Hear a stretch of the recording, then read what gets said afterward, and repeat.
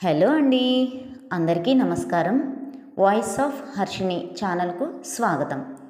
ఈరోజు మనం middle class వాళ్ళ ఫ్యామిలీలో బంధువులు వస్తే ఎలా ఉంటుందో ఈ కథలో విందామండి. జానకి అది పిలుపులా లేదు. తాతల నాటి కంచు కంచం అటక మీద నుంచి కింద పడి బద్దలైనట్టుంది జానకి ప్రాణానికి. కందిపప్పు ధర ఎలాగూ అందుబాటులో లేదు.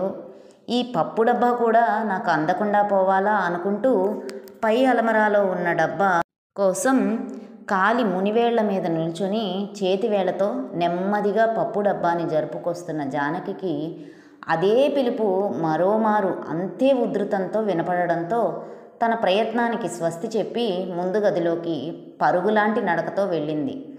ఏమిటటా పొద్దున్నే అంటూను. నా పర్సులోని 50 రూపాయల నోటు కానీ తీసావా? చిందులు తొక్కుతూ అడిగాడు రామచంద్రం. ఇంతేనా? ఇంకేదో అయిపోయిందని హడలి చచ్చాను అంది తాపీగా. ఇంతకీ తీసావా లేదా అన్నారు ఆయన. తీశాను అన్నాను. పొద్దున్నే కూరల వాడు వస్తేనే చంపేశావు పో. అసలే నెలాఖరు, జేబులో ఉన్న ఆఖరి నోటు కాస్త నువ్వు మార్చేస్తే నేను ఇవాళ మోపెడ్లో పెట్రోల్ పోయించుకోవడం ఎలాగా? ఆఫీస్కి వెళ్ళడం ఎలాగా? నిన్ననే పెట్రోల్ రిజర్వులోకి వచ్చింది అంటూ గాలి తీసిన బెలూన్లా ఈజీ చైర్లో కూలపడ్డాడు రామచంద్రం. ఆ సంగతి నాకేం తెలుసు? మీ దగ్గర ఇంకా ఉన్నాయనుకున్నాను అంది జానకి అమాయకంగా ముఖం పెడుతూ. బాగానే ఉంది సంబడం. నాకొచ్చే జీతానికి పర్సు కాక బ్యాంకులో వేరే లాకర్ కూడా మెయింటైన్ చేస్తానా? అయినా నిన్ననుకునేం లాభం? ఆ మోపెడ్ కొన్న దగ్గర నుంచి ఖర్చు తడిసి మోపెడవుతూనే ఉంది. ఎప్పుడు పెట్రోల్ పోయించాలన్నా గండమే. ఏ ముహూర్తాన కొన్నానో కానీ కొన్న కొద్ది నెలలకే పెట్రోల్ ధర రెట్టింపు అయిపోయింది. సర్లేండి, ఇంకెప్పుడు మిమ్మల్ని అడగకుండా తీయను అన్నాను నేను. ఇంతకు పెట్రోల్ సంగతి ఏం చేయదలుచుకున్నారు అని అడిగింది. ఏముంది, ఆదిలో వాల్మీకి చేసిన పనే అంటే అర్థం కానట్లు చూసింది జానకి. అదే నోయ్, దారి కాయడం అన్నమాట. ఈ 4 రోజులు దారి కాసి ఆఫీస్కి వెళ్తున్న వారెవరొకరి బండి ఎక్కి వెళ్ళిపోవడమే. అదేం బాగుంటుందండి. అదే బాగు. వెనకటికి వాహనమూర్తి అని బెజవాడ బ్రాంచ్లో మాతో పనిచేసేవాడు. వాహనమూర్త? అదేం పేరు? మధ్యలోనే అడ్డొచ్చింది జానకి. అసలు పేరు వామనమూర్తిలే. మా వాళ్ళు పెట్టిన ముద్దు పేరు వాహనమూర్తి. రోజు వాళ్ళ ఇంటి దగ్గరలో ఉన్న జంక్షన్లో కాసి మా మేనేజర్ గారి కారో లేదంటే మా ప్యూన్ సైకిల్ వరకు ఏ వాహనం వచ్చినా మొహమాట పడకుండా ఆపేసి ఎక్కేయడమే అతని హాబీ. సొంత డబ్బుతో బస్ ఎక్కి ఆఫీస్కి వెళ్ళకూడదని అతని అభిప్రాయమేమో మరి. ఇటువంటి నెలాఖరి కష్టకాలంలో అతనే నాకు మార్గదర్శి అన్నాడు రామచంద్రం నవ్వుతూ. ఇదిగో జానకి, మళ్ళీ నేను చెప్పలేదనుకో. ఇక మీదట నెల జీతం చాలా పొదుపుగా వాడుకోవాలి. జీతాల నాడు భార్యకు ఇంటి ఖర్చుల కోసం డబ్బు ఇస్తూ అన్నాడు రామచంద్రం. నేను కాపురానికి వచ్చింది మొదలు మీ నోటి నుంచి ఇదే మాట వింటున్నాను. నాకిదేం కొత్త? అలాగేలేండి అంది జానకి. అది కాదు జానకి, నీకు తెలియంది ఏముంది చెప్పు. వచ్చే నెలలో రవి హాస్టల్ ఫీజు పంపాలా? మరో 4-5 నెలల్లో రమను కాలేజీలో చేర్పించాలి కదా. కాలేజీ ఫీజులు, డొనేషన్లు, డ్రెస్సులు, బుక్స్ వీటన్నిటికీ కావాలి కదా. వచ్చేది ఒక్క జీతం. ఇవన్నీ జీతంలోనే అంటే కష్టమే కదా. అటువంటి వాటికి ఏ ప్రావిడెంట్ ఫండో అడ్వాన్స్ పెట్టాలి మరి అంది జానకి తెలివిగా. అదేం ఊట బావా ఏమిటి? తోడుతున్న కొద్దీ ఊరడానికి. ఆ మధ్య మీ చిన్న చెల్లి పెళ్ళికి హైదరాబాద్ వెళ్ళినప్పుడు పెట్టేశానుగా అన్నాను. మన ఖర్చులు, ప్రెజెంటేషన్లు కలిసి 1500కు పైనే అయ్యింది. మిగిలింది చిల్లర అప్పులు తీర్చడానికి, స్కూల్ ఫీజులకి, ప్రైవేట్ ఫీజులకి సరిపోయింది. అయితికే ఇంతకీ ఏమంటారు? ఆ అడ్వాన్స్ తాలూకా కోత వల్లే జీతం తక్కువ వస్తోంది. మళ్ళీ అప్పు చేసే వరకు పొదుపుగా వాడమని మొరపెట్టుకుంటున్నాను అన్నాడు రామచంద్రం. సర్లేండి, ఈ మారు లోను పెట్టినప్పుడు రమకి మెళ్ళోకి గొలుసు చేయిస్తే గానీ ఊరుకునేది లేదు. ఎదుగుతోన్న పిల్ల, ఆ మాత్రం బంగారం పిసరు ఒంటి మీద లేకపోతే బాగుండదు అంటూ లేచి ముందుకు వాలిన వాల్జడను విసురుగా వెనక్కి విసిరి లోపలికి వెళ్ళిపోయింది జానకి. అటువంటి సమయాల్లో ఆమెకెలా చెప్పాలో అర్థం కాదు రామచంద్రానికి. జానకి అన్నీ తెలుసు, కానీ మధ్యతరగతి బతుకైపోయిందే అన్న చిరాకు. ఇంకా ఏమైనా అంటే సంపాదనకు సరిపోయేట్టు ఖర్చులు కుదించుకోవడం కాదు, ఖర్చును బట్టి సంపాదనను పెంచుకోవాలి అంటుంది. ఆఫీసు నుంచి ఇంటికొచ్చిన రామచంద్రానికి కాఫీ కప్పును అందిస్తూ చెప్పింది జానకి. మా కాంతి పిన్ని మూడో కూతురు రాజ్యం వాళ్ళు లేరు, బొలంగీర్లో ఉంటారు, ఉంటే వాళ్ళు మన ఇంటికి వస్తున్నారండి. ఉత్తరం రాసింది. ఏమిటి విశేషం? ఇక్కడేమైనా పెళ్ళిళ్ళకే కానీ రాకూడదా ఏమిటి మన ఇంటికి? మనల్ని చూడ్డానికే వస్తున్నారు అంటూ ఉత్తరం అందించబోతూ, ఏమిటి మొహం అలా పెట్టేశారు అంది. ఏం లేదులే అంటూ ఓ బరువైన నవ్వు నవ్వి ఊరుకున్నాడు. మీ నవ్వును అర్థం చేసుకోలేనంత తెలివి తక్కువ దాన్నేం కాదులేండి. మా వాళ్ళు వస్తే మీకు ఖర్చు అంతేగా. తల్లి తోడు ఉన్నాక రాకుండా ఉంటారా, ఉండకుండా ఉంటారా? జానకి కోపం ముంచుకొస్తున్నట్లు గ్రహించాడు రామచంద్రం. ఆమెకు కోపం వస్తే ఏం జరుగుతుందో అతనికి తెలుసు. అందుకే ఇంతకీ ఉత్తరం రాసింది ఎవరట అంటూ విషయం మార్చాడు. ఇంకెవరు, చెల్లాయే అంది జానకి. కుటుంబ సమేతంగా వస్తున్నప్పుడు పోనీ ఆ ఉత్తరమేదో ఆయన గారు, అదే మీ మరిది నాకే రాయొచ్చుగా. ఈ బాణానికి జానకి కాస్త చల్లబడింది. పోన్లేండి, ఎన్నాళ్లకో వాళ్ళు మన ఇంటికి వస్తున్నారు, 4 రోజులుండి వెళ్తారు, ఇందులో తప్పు పట్టడానికి ఏముంది అంది. అవునవును అంతేలే అంటూ లోపలికి వెళ్ళిపోయాడు రామచంద్రం. 2 రోజుల తర్వాత సాయంకాలం ఆఫీసు నుండి వచ్చి గుమ్మంలో కాలు పెడుతూనే ఆశ్చర్యపోయాడు రామచంద్రం. ఇల్లు వాకిలి శుభ్రంగా ముగ్గులతో నిండిపోయి ఉంది. గుమ్మాలకి కిటికీలకి ఇస్త్రీ మడతల కర్టెన్లు వేలాడుతున్నాయి.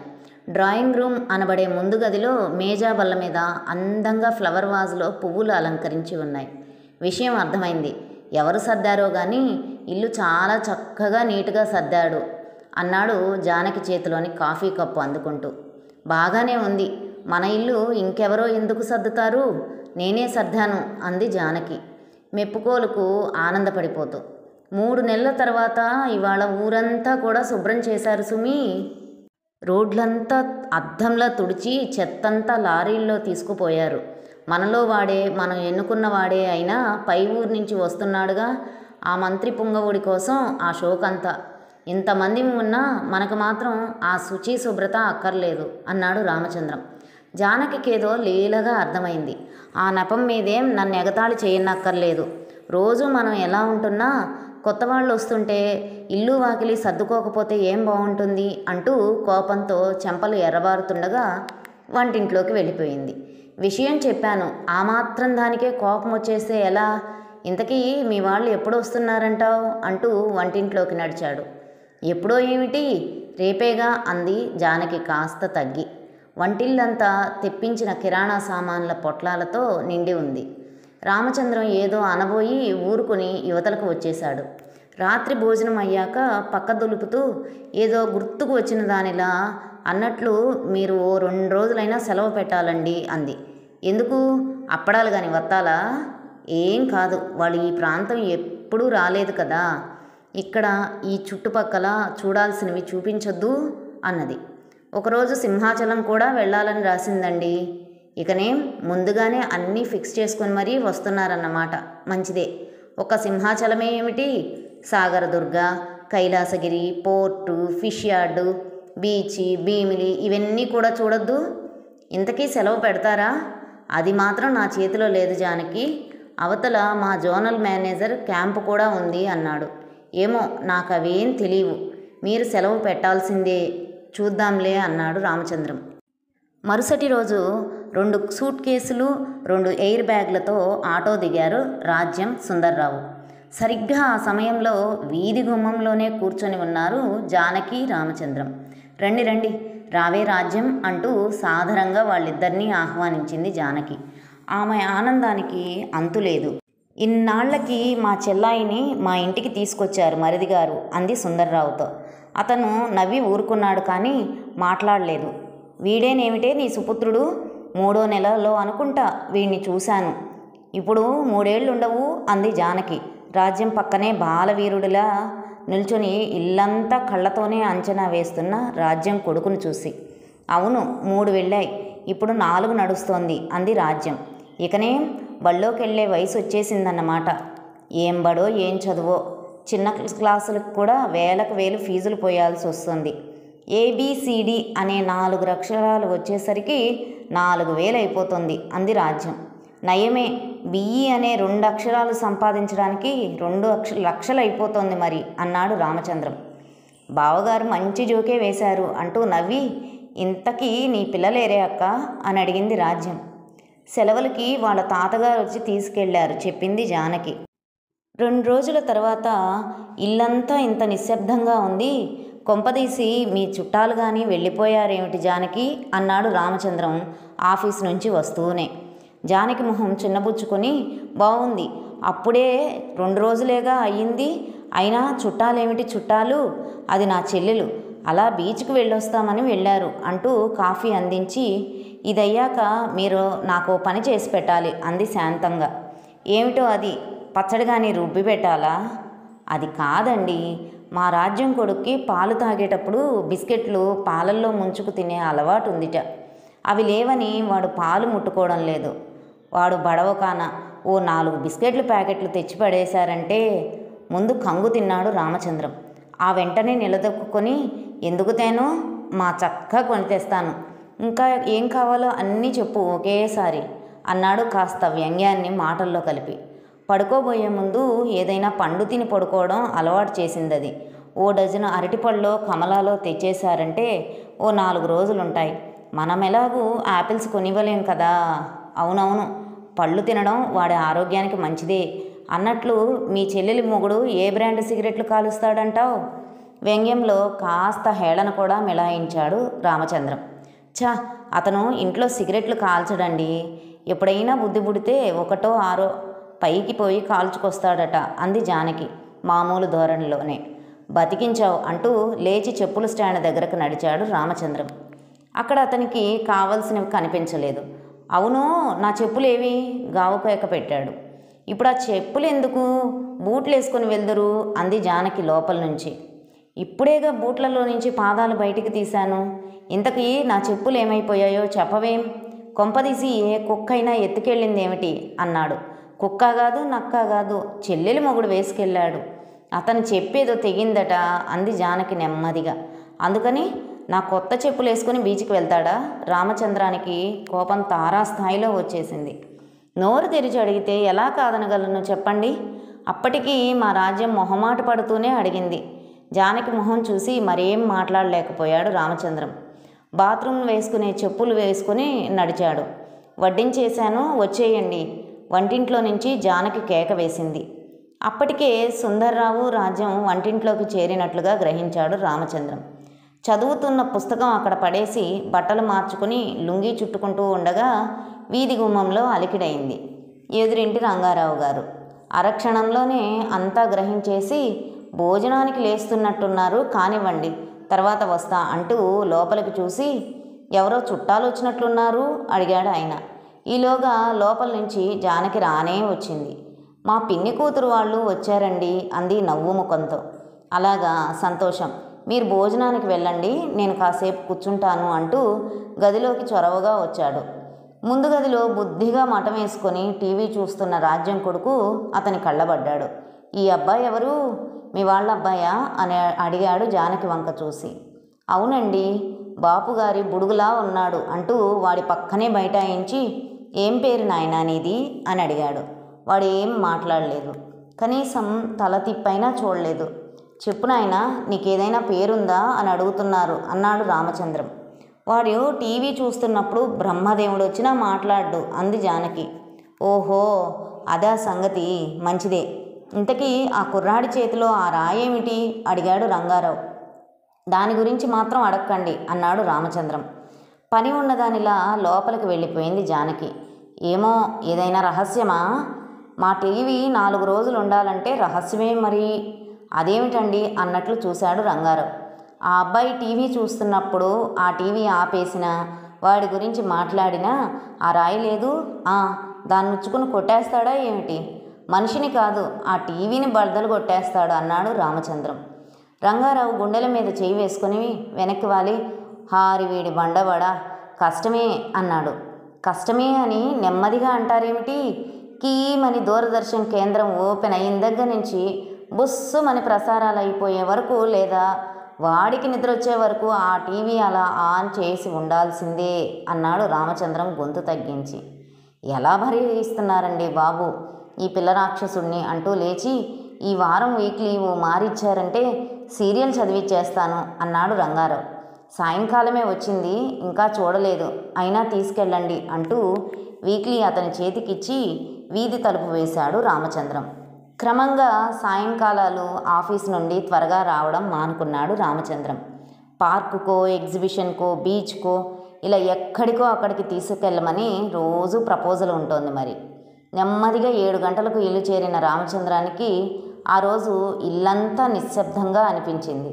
ఆలస్యంగానికి కారణాలు అడుగుతూనే కాఫీ అందించింది జానకి. తనకు నచ్చిన సమాధానాలేవో చెప్పేసి, ఇంతకీ మీ వాళ్ళు ఏ సినిమాకి వెళ్ళారంటావు అని అడిగాడు. జానకి ఆ ప్రశ్నకేదో చెప్పుకోలు హేళన కనిపించిందేమో.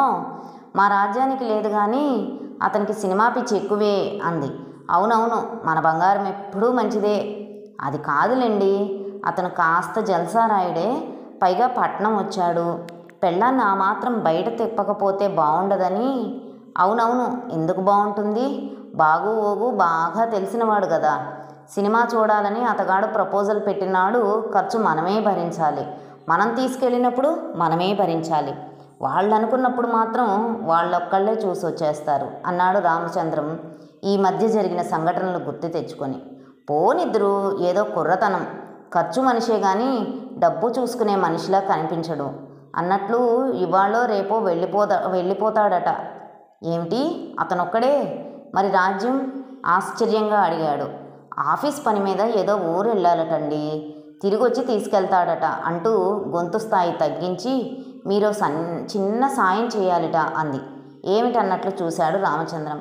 ఓ 500 అప్పుగా కావాలిట, అనుకోని ఖర్చు ఏదో తగిలిందంట, తిరిగొచ్చి తీర్చేస్తానంటున్నాడు. మిమ్మల్ని అడగడానికి మొహమాట పడి రాజ్యం చేత అడిగించాడు అంది జానకి. రామచంద్రం ముఖం అదోలా పెట్టడం చూసి, ఎలాగో చూడండి, లేదంటే ఆ మాత్రం లేకుండా పోయాయా అనుకోవచ్చు, వాళ్ళ దృష్టిలో మీది పెద్ద ఉద్యోగమే కదా అంది రామచంద్రం. మరి మాట్లాడలేదు. ఆదివారం సాయంకాలం ఇళ్లల్లో సినిమాలో గోల తప్ప చూస్తున్నాడు రామచంద్రం. ఏమిటోయ్ రామచంద్రం, ఏమిటలా ఒక్కడివే కూర్చున్నావు అంటూ వచ్చాడు రంగారావు. గోల లేక ఏం తోచక అన్నాడు రామచంద్రం. భలేవాడివే, మీ వాళ్ళు మీ చుట్టాలు కనిపించరేం, గుళ్ళోకి వెళ్ళారులా ఉందిలేండి అన్నాడు. శుభం, అయితే ఓ చిన్న ఉపకారం చేసి పెట్టాలోయ్ అంటూ అక్కడున్న స్టూల్ లాక్కొని కూర్చున్నాడు. ఏమిటో, వాళ్ళు రాగానే ప్రసాదం చిప్ప తెచ్చిమ్మంటారా అన్నాడు. భలే జోకేస్తావోయ్, అది కాదు కానీ నాకు ఈ కీళ్ల నొప్పులు వదలడం లేదనుకో. మా హోమియో డాక్టర్ ఏమో ఊరికి ఆ కొసని, నేను ఈ కొసని, రాబోయే ముప్పేదో సుమారుగా ఊహించగలిగాడు రామచంద్రం. అంత కష్టమైతే డాక్టర్ని మార్చేయరాదటండి అన్నాడు. అది కుదరదే, ఆయన నాకు చిన్నప్పటి నుంచి తెలిసిన డాక్టరాయే. మీ చిన్నప్పటి నుంచి ఆయనే డాక్టరా? మీకే 65 ఏళ్ళుంటాయి, మరి ఆయనకెన్నుంటాయో అన్నాడు ఆశ్చర్యంగా. ఎన్నో ఎందుకుంటాయి, నాయుడు వాడే, ఇద్దరం ఒకే బళ్ళో కలిసి చదువుకున్నాం. నేనేమో చదువు సగంలో ఆపేసి ఎరువుల కంపెనీలో చేరి ఉన్నాను, అతగాడేమో ఆయుర్వేదం హోమియోపతి అక్కడే డాక్టర్గా పేరు తెచ్చుకొని రిటైర్మెంట్ అవ్వాలన్నది లేకుండా హాయిగా ఉన్నాడు. అంచేత నీ మోపెడు మారు ఇచ్చావంటే అరగంటలో తెచ్చిచ్చేస్తాను అన్నాడు. ఇవ్వనడానికి వెంటనే కారణం దొరకలేదు రామచంద్రానికి. సరే తీసుకెళ్ళండి, అరగంట దాటిందనుకో నేనే ఏ బ్యాటరీ లైటో వేసుకొని మీకోసం బయలుదేరాల్సి ఉంటుంది. మీ మనవలు వేసే ప్రశ్నలు భరించలేక. వాళ్ళ మొహం నాకు డ్రైవింగ్ సరిగా రాదని దేనికైనా గుద్దించేస్తానని వాళ్ళ నమ్మకం. అరగంట ఎందుకు, 25 నిమిషాల్లో మీ ముందుండను అంటూ తాళం చెవులు అందుకుంటూ అన్నాడు. ఇంతకీ బండిలో పెట్రోల్ ఉంది కదా అని అడిగాడు. ఉందిలేండి, ఏం లేదు, లేకపోతే పోయిద్దామని అన్నాడు రంగారావు తాపీగా. రంగారావులో పుష్కలంగా బాగానే ఉన్నట్లు రామచంద్రం అంతకుముందే గ్రహించాడు. ఎందుకైనా మంచిది పోయించేయండి, తీరా చాలకపోతే మీరు ఇబ్బంది పడతారు అన్నాడు. ఎందుకు, చాలకపోతేగా, సరిపోతుందనే అన్నావుగా, వస్తానోయ్ మరి అంటూ గుమ్మం దాటేశాడు రంగారావు. 20 నిమిషాలు దాటింది. అరగంట కూడా దాటిపోయింది. రంగారావు మాత్రం అయిపులేడు. రామచంద్రంలో సహనం నశించిపోతుంది. అయ్యో రామా, లైట్ అయినా వేసుకోకుండా చీకట్లోనే కూర్చున్నారా అంటూ వచ్చింది జానకి. బావగారు కరెంటు పొదుపుగానే చేస్తున్నారేమోనక్క అంది రాజ్యం నవ్వుతూ. రామచంద్రానికి మండుకొచ్చింది. మరేం, ఇవాళ పొదుపు చేస్తేనే కానీ రేపొద్దున ఎవరి కోసమైనా ఖర్చు పెట్టగలం. డబ్బు లేకపోతే ఎవరూ చూడరు, చివరికి చుట్టాలు కూడా అన్నాడు.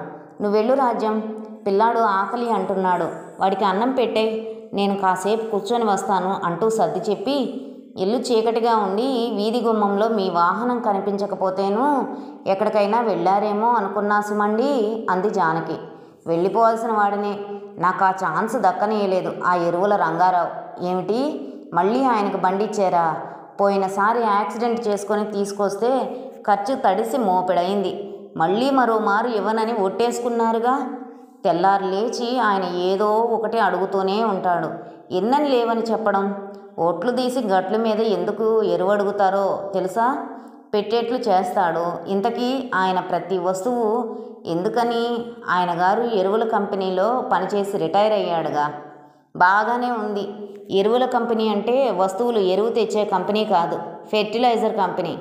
ఆహా, నేను ఇదేనేమో అనుకున్నాను అంటూ లేచాడు రామచంద్రం. రామచంద్రం ఇచ్చిన 500 పట్టుకొని ప్రయాణమయ్యాడు సుందర్రావు. నేను నీతో వస్తానా అని వెంటబడ్డ కొడుకుని బుజ్జగించి, 4 రోజుల్లో వచ్చేస్తాను, మనమంతా కలిసి వెళ్ళిపోదాం అంటూ వాడి చేతిలో ఓ 2 రూపాయల నోటుంచి రైలెక్కేశాడు. అలా వెళ్ళినవాడు 4 రోజులైనా కాదు కదా, 10 రోజులైనా తిరిగి రాలేదు. ఆ రోజు రామచంద్రం ఆఫీసుకి వెళ్ళడానికి మోపెడ్ తీయబోతూ అవాక్కై నిల్చుండిపోయాడు. ఆ వెంటనే జానకి అంటూ గావు కేక పెట్టాడు. ఏమిటి అంటూ వచ్చిన జానకి మోపెడ్ని చూపించాడు. అమ్మో, నిక్షేపం లాంటి సీటు ఎవరు కోసేశారు అంటూ ఆశ్చర్యపోయింది. ఇంకెవరు, మీ పిల్ల రాక్షసుడే.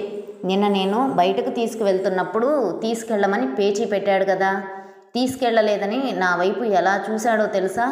వాడి చూపే రాక్షసి చూపు.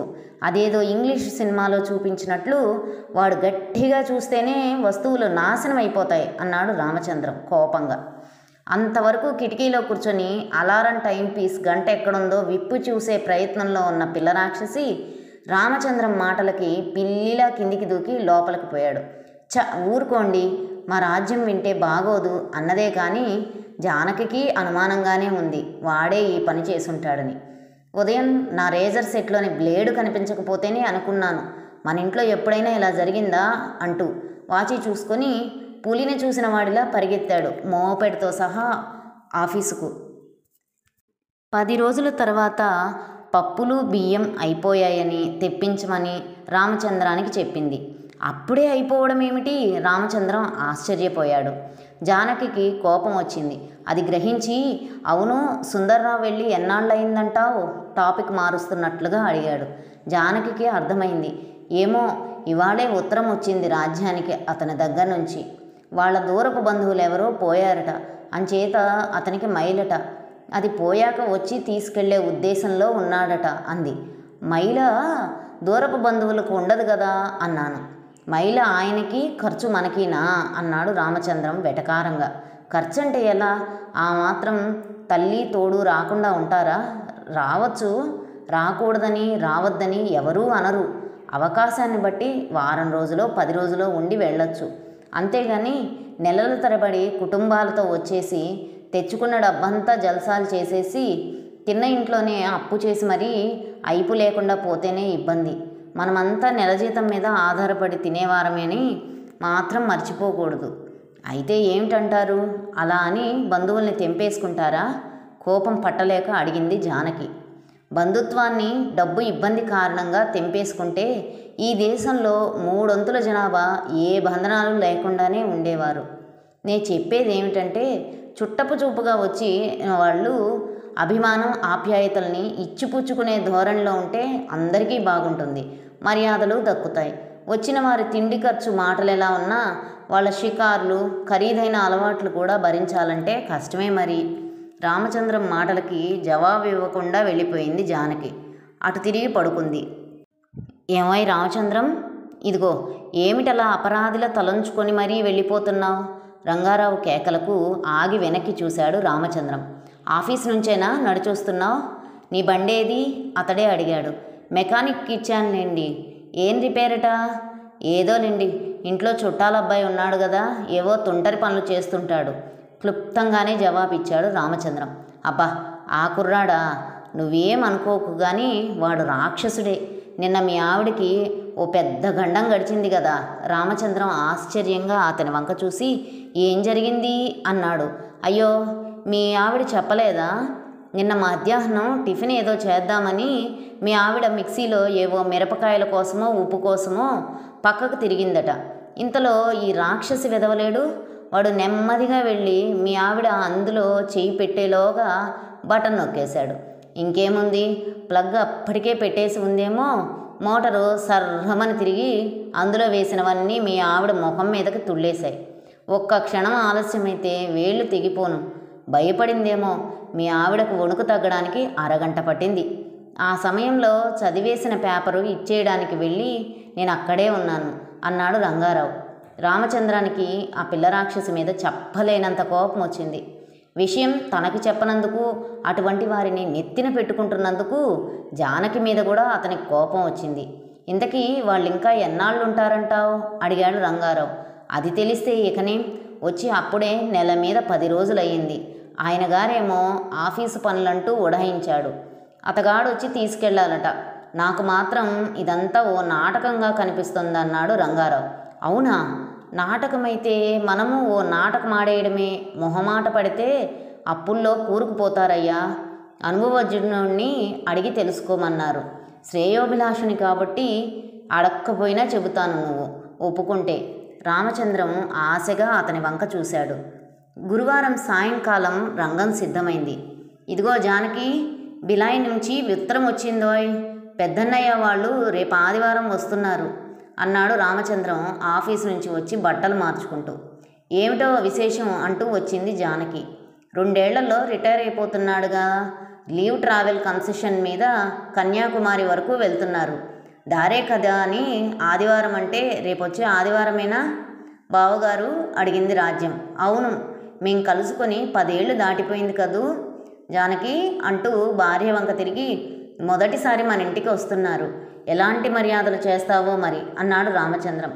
నాకు చేతనైనంత మటుకు వండి పెడతాను. వాళ్ళ అలవాట్లు పద్ధతులు ఇంక మీరే చూసుకోవాలి అంది జానకి. ఏముంది, వాళ్ళు మనలా 2 పూటలా అన్నం తినరు. రాత్రులు రొట్టెలు పాలు పళ్ళు తీసుకుంటారు. ఉదయం పూట మామూలే. అయితే పాలు పళ్ళు వాళ్లే కొనుక్కుంటారు. అటువంటి వాటి విషయంలో మరొకరి భారం కావడం మా అన్నయ్యకి ఇష్టం ఉండదు. ఇక వాళ్ళున్న వారం రోజుల పాటు తిరగడానికి ఓ ఆటో కానీ ట్యాక్సీ కానీ వాళ్లే ఏర్పాటు చేసుకుంటారు. సరేలేండి, అన్నీ వాళ్లే చూసుకుంటే ఇంక మనం చేసే మర్యాదలు ఏముంటాయి? మనసుపడి చేసే మర్యాదలే ఉంటాయి. మన పెద్ద గది ఖాళీ చేసి వాళ్ళ కోసం కేటాయిద్దాం. మా అన్నయ్యకి ఇల్లు నీట్గా నిశ్శబ్దంగా ఉండాలి. ఈ 24 గంటలు టీవీ అంటే అస్సలు పడదు. అంచేత ఓ వారం రోజులు దాన్ని బంద్ చేయాలి. బాగానే ఉంది, బంధువులు వస్తుంటే సరదా పడాలి కానీ ఇలా భయపడేటట్లు చేస్తే అంటూ జానకి వంటింట్లోకి నడిచింది. రామచంద్రం అక్కడే ఉన్న రాజ్యం వంక తిరిగి గొంతు తగ్గించి, మా వాళ్ళు వెళ్ళేటప్పుడు సంతోషపెట్టడంలో ఘనులు. క్రితం సంవత్సరం వీళ్ళు ఢిల్లీలోని మా చిన్నన్నయ్య వాళ్ళ ఇంటికి వెళ్ళి 2 రోజులు ఉన్నారట. వచ్చేటప్పుడు మా చిన్న వదినికి 2000 రూపాయల చీర తీసుకొచ్చారట అన్నాడు. రాజ్యం కళ్ళు విప్పార్చి రామచంద్రం వంక చూసింది. ఆ మర్నాడు ఉదయం లేస్తూనే అక్కర్లేని పాత న్యూస్ పేపర్లు పుస్తకాలు ఓ కట్టకట్టి పేపర్ల వాడొస్తే అమ్మేయమని భార్యకు పురమాయించాడు రామచంద్రం. సాయంకాలం ఆఫీస్ నుండి వస్తూనే పెద్ద గది సర్ది ఎప్పుడో గాని ఉపయోగపడని కొంత సామాను అటకెంకించేశాడు. అమ్మయ్య, ఇన్నాళ్లకు మోక్షం కలిగింది. ఎవ్వరూ కలిసి రాక ఒక్కదాన్ని చేయలేక ఊరుకున్నాను అంది జానకి నవ్వుతూ. ఆ రాత్రి రామచంద్రం భోజనం చేసే సమయంలో జానకి అంది, రాజ్యం రేపు వెళ్ళిపోతానంటుందోండి. అప్పుడే? ఏమిటి తొందర అంటూ రాజ్యం వంక చూసి, వాళ్ళ ఆయన రావాలిగా. కొంపదీసి మా అన్నయ్య వాళ్ళు వస్తే ఇల్లు చాలదని వెళ్తున్నావా అని అడిగాడు. అదేం కాదు, నేనెలాగూ వెళ్ళాలని అనుకుంటున్నాను. ఆయన మళ్ళీ ఇంత దూరం బోలెడు ఛార్జీలు పోసుకొని రావాలి కదా అంది రాజ్యం. మరి నా 500 మాట ఏమిటి అనబోయి, మరి నువ్వు ఒంటరిగా ప్రయాణం చేయగలవో లేదో చూసుకో, నేను ఇక్కడ రైలు ఎక్కించేస్తాను అంటూ గ్రీన్ సిగ్నల్ ఇచ్చాడు రామచంద్రం. ఏమిటోనండి, నెలాళ్లుగా సందడి అలవాటైపోయి ఇల్లంతా నిశ్శబ్దంగా బోసిపోయినట్లుంది అంది జానకి శనివారం సాయంకాలం. నెలాళ్ళేం కర్మ, నెలన్నర పైనే అయ్యింది అంటూ సవరించాడు రామచంద్రం.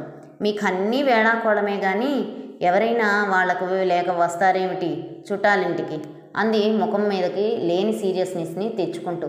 లేక కాకపోయినా కొన్ని లోట్లు భర్తూ చేసేందుకు కూడా వస్తారని ఈ మధ్య తెలిసింది అన్నాడు రామచంద్రం విషయంలోకి లాగుతూ. ఏమిటి మీరనేది రెట్టించింది జానకి.